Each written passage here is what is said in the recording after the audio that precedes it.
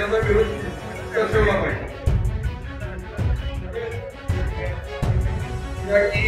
या सुनावणीला हजर न राहता या प्रक्रियेला आपण विरोध म्हणून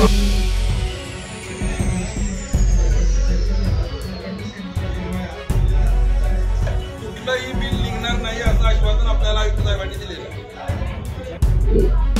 मीटिंग झाल्यानंतर निर्णय होईल, त्यानंतर तुम्ही पुढची कारवाई करा। तोपर्यंत या जुन्या घरपट्टी भरून घ्यायला चालू करा। नमस्कार, सांगली, मिरज आणि कुपवाड शहर महानगरपालिकेनं अवाजवी घरपट्टी आणि करवाढ केलेली आहे। या करवाढी विरोधात गेल्या अनेक महिन्यांपासून नागरिकांसह अनेक पक्षीय आणि सामाजिक संघटनांकडून विरोध होतोय।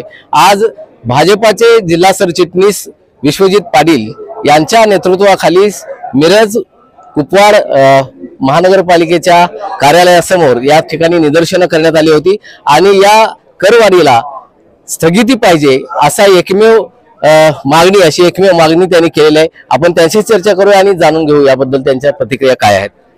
यापूर्वी आपण महापालिकेने जे अवाजवी दरवाढ केलेली आहे त्या दरवाढीच्या विरोधात आपण दिवसभर ठिय्या आंदोलन केलं होतं। त्या आंदोलनाच्या माध्यमातून आम्ही हजारो तक्रारी यांच्याकडे दिलेल्या होत्या।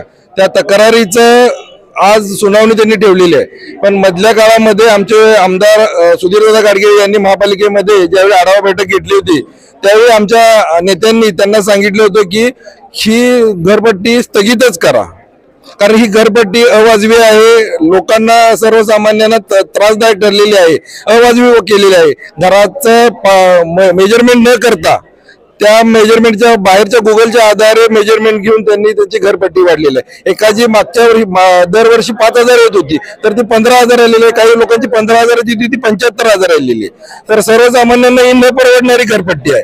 ड्रेनेज व्यवस्था नसताना सुद्धा ड्रेनेज व्यवस्थेचे 8% लावलेले आहेत। हेही आपल्याला जी सेवा मिळत नाही त्याचा आपण त्याचा का मोबदला द्यायचा महापालिकेला?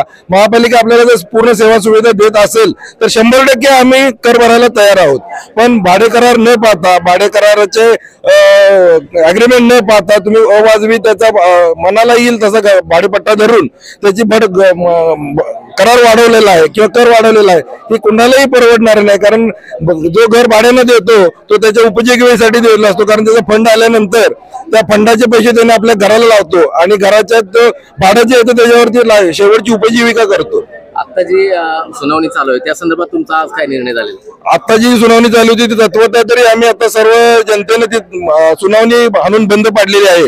पण माननीय आयुक्त आणि आमचे लोकप्रतिनिधी आमदार सुधीर यांच्याशी चर्चा केली असता ही प्रक्रिया का अर्धन्यायिक आहे आणि ही होऊन जाऊ दे, पण जनतेने यामध्ये सामील न होता याचा निषेध म्हणून हे सुनावणीला हजर न राहण्याचा जनतेने निर्णय घेतलेला आहे। आणि आमदार साहेबांनी आणि कमिशनर साहेबांनी आम्हाला आश्वासन आता दिलेलं आहे की माननीय चंद्रकांत दादा यांच्या अध्यक्षतेखाली जी बैठक होईल या बैठकीमध्ये 100% आपण स्थगितीचा निर्णय घेणार आहोत असं आता आश्वासन दिल्यानंतर आम्ही थोडंसं स्थगित झालेलो। आता आपल्याबरोबर सांगली, मिरज आणि कुपवाड शहर महानगरपालिकेच्या प्रभाग क्रमांक 8 चे माजी नगरसेवक आहेत राजेंद्र कुंभार। तुम्ही या प्रभागाचे महानगरपालिकेचे नगरसेवक राहिलेला, तुमचे नगरसेवक म्हणून प्रतिनिधी म्हणून तुमची काय प्रतिक्रिया?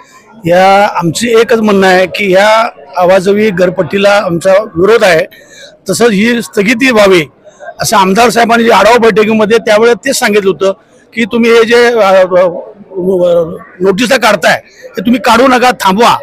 पण ह्या लोकांनी ऐकलं नाही, प्रशासनानं आपल्या मनमानी या ठिकाणी केलेली आहे आणि आज ह्या जी सुनावणी घेतलेली आहे त्या सुनावणीला संपूर्ण आमच्या प्रभाग 8च्या नागरिकांच्या वतीने ह्याला विरोध राहणार आहे।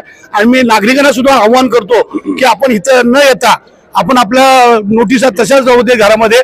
आम्ही या ठिकाणी जसं आता आमचे सरचिटणीस विश्वजितनी सांगितलं की बाबा आढावा बैठकीमध्ये आमच्या पालकमंत्र्याच्या ते ह्या ठिकाणी ह्याला स्थगिती दिली जाईल आणि त्यासाठी आम्ही पाठपुरावा करू आम्ही सर्व मिळून आणि ह्याला स्थगिती 100% आम्ही द्यायचा प्रयत्न करू।